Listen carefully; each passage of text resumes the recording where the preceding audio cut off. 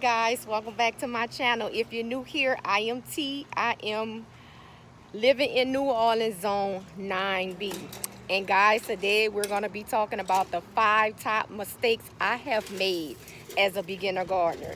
I do want to share this with you guys. If you new at gardening and you don't want to make the mistakes I have made, y'all, please stay tuned, because me and my daughter, we're going to be doing a video on the top 5 things that I have made a mistake not pruning. The reason why you should prune is because these are my squash. This is my squash, and this is the main stem. If you zoom in right here, this is the main stem. And the reason why you should prune is because all these little vines, they're all gonna grow wild. You see the vines growing right there? Yeah. I'm supposed to really have one vine growing up the trellis. I did train it to go up the trellis, but we have vines going all the way out. If you come over here and see this over here, it's growing all the way out this way. This is, you see how long that is? Yeah. That main stem is way over there. So what I was supposed to do is I was supposed to prune all the side shoots, but I didn't, and now it's growing all the way over here. But I'm gonna leave this right here since we have some squash growing out of the side shoot and they're getting big. This one, the reason why this one is not looking like this one and is brown, because it didn't get hand pollinated. And that's the next thing I'm going to talk about, is not hand pollinating. That's the next thing I'm going to talk. Hey y'all, I think I am done for today. Y'all, if y'all don't want to go through what I went through with all those side shoots and cutting those vines, bringing those vines up the trellis, pay attention to your main stem. Pay attention to your main stem and pay attention to those side shoots, because those side shoots will grow wild, y'all. They will grow wild, and catch them side shoots at an early age so you can just cut them off and focus on your main stem. And pollinate, and the reason why is because you need to hand pollinate, because you see these little fruits.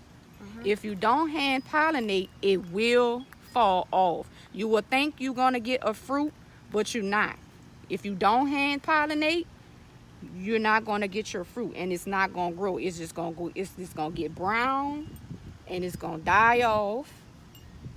And I'm gonna show you an example of one. Well, they probably all just died off and fell off, but I did see one. Just because, that's another thing, just because you see bees, that don't mean the bees is doing the job that you wanted to do. They might fly around and you might see them pollinate some things, but you still have to go in and hand pollinate. This is a male flower. This is the male flower. And the fruit is the female flower, which is right here. All you do is take the male flower and you connect just like this. You have to make sure the female flower is open, and then you just connect it like that. That's called that's called hand pollination. So you must do that in order. That was my main mistake for my cantaloupes. They're falling off because I didn't hand pollinate them.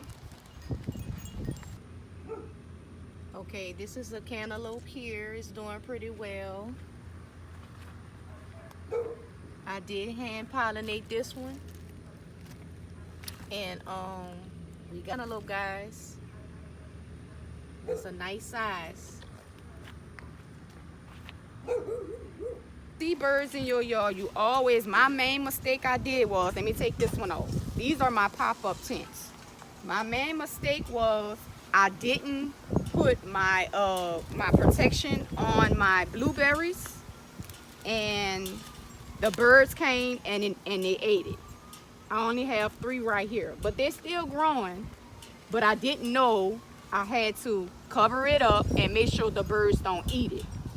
So I went out and bought me these pop-up tents. So don't make that mistake like I did and didn't cover nothing with your blueberries. And this is what this one. This one is growing, and I got my blueberries and they're protected. Birds can't get in there because it's protected now.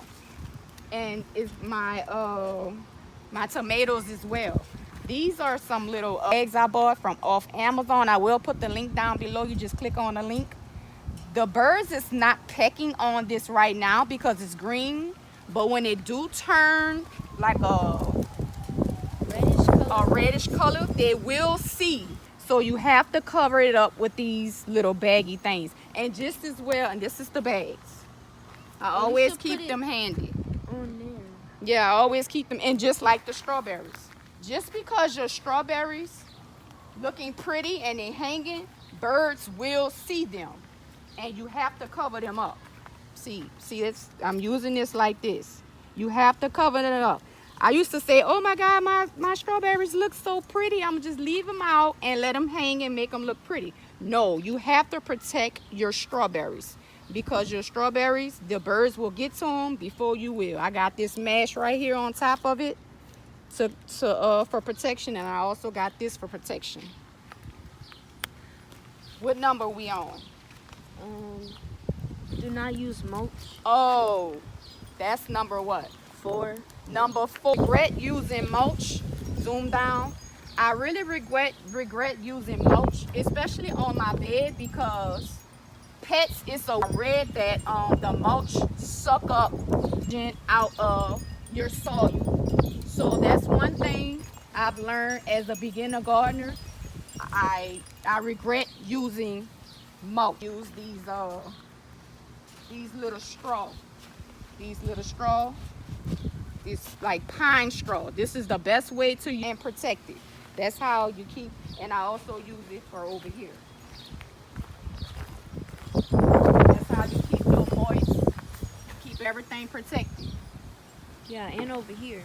I use, all over here. I stopped using that mulch. I mean, it's okay to use the little wood chips. Those are better, but that mulch like this, it's an easy way for pets to get high because it be so hot in the day.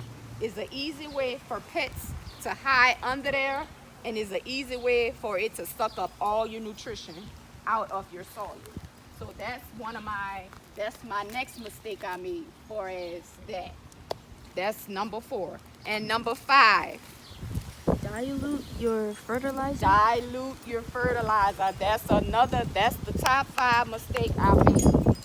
I didn't dilute my fertilizer. Oh y'all, it's windy, it's about to rain.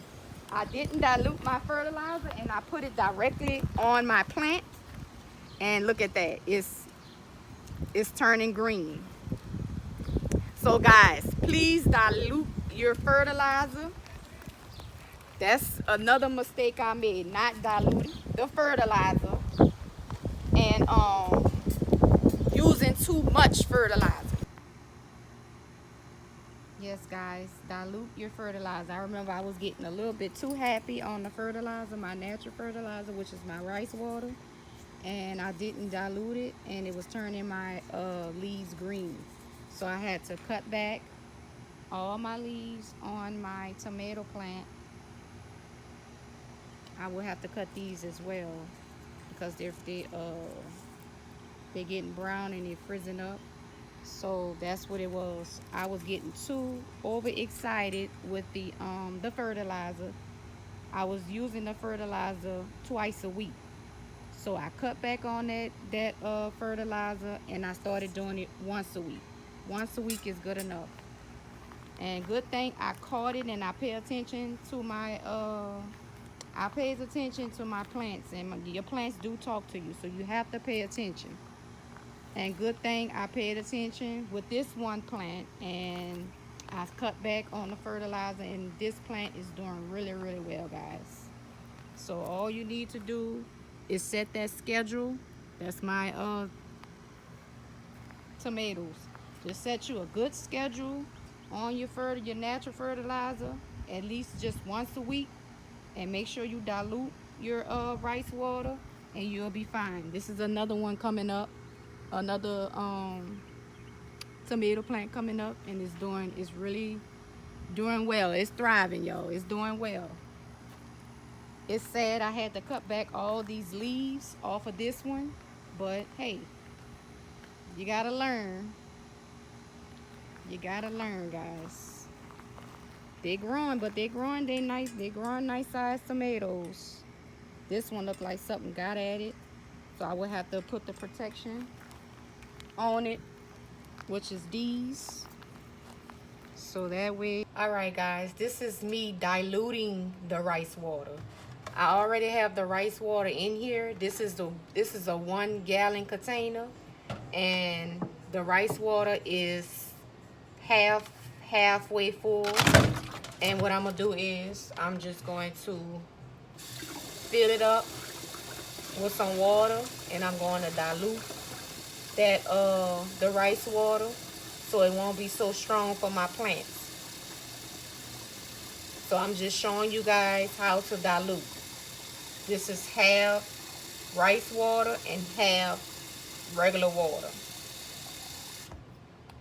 And if you didn't see the video on how I make this rice water, I have a video up, and I will be putting that video inside of the playlist after this video. Just go ahead and watch it if you don't water recipe.